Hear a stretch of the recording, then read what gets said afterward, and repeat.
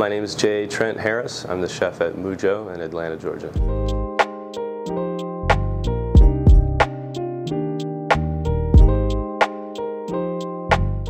You know, like a lot of folks, I started out in the kitchen just because I needed to work, basically.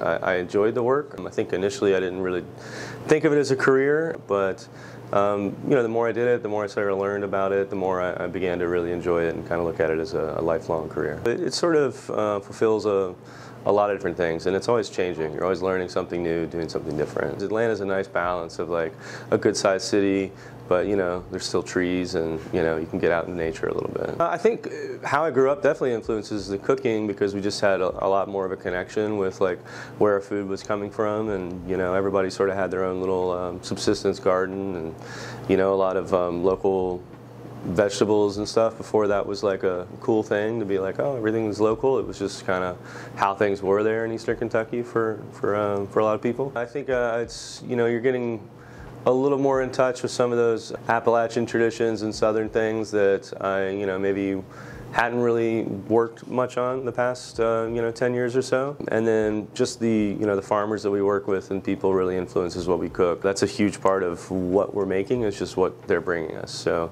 you do kind of have a true like farm to table sort of thing here, which a lot of people throw that around, but you know, we have farmers who just pull up to the back door, you know, in their truck, and then that's what's on the menu for the day. If we want a particular type of eggplant, or we want a particular thing we're looking for, they kind of have to be doing it because it's something that, you know, interests them and they're passionate about too. The biggest thing we want people to feel and experience here is hospitality. You know, we want everyone who comes in to feel comfortable and just, you know, have a great moment in time with, you know, either by themselves or with someone that they care about, that they're choosing to spend the evening with. We don't want anyone to be intimidated by what we're doing. I think in the style that we do it, it's very similar to like a tasting menu. There's a little bit more of a dialogue with the guests.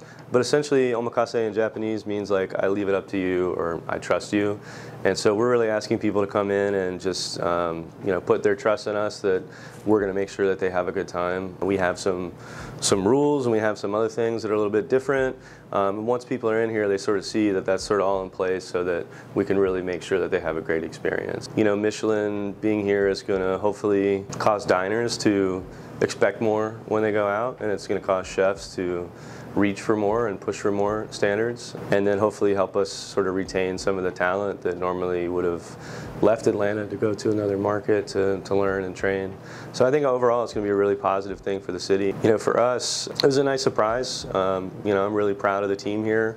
Like I said, when we opened, you know, it wasn't necessarily a goal of ours to get a Michelin-Star, because there was no Michelin in the market. It's a really nice bonus. We want the staff to make a living and everybody have a good place to work, and then to be recognized on top of that for, you know, everything that people have sacrificed and contributed, and, you know, the hard work that everyone does is really special.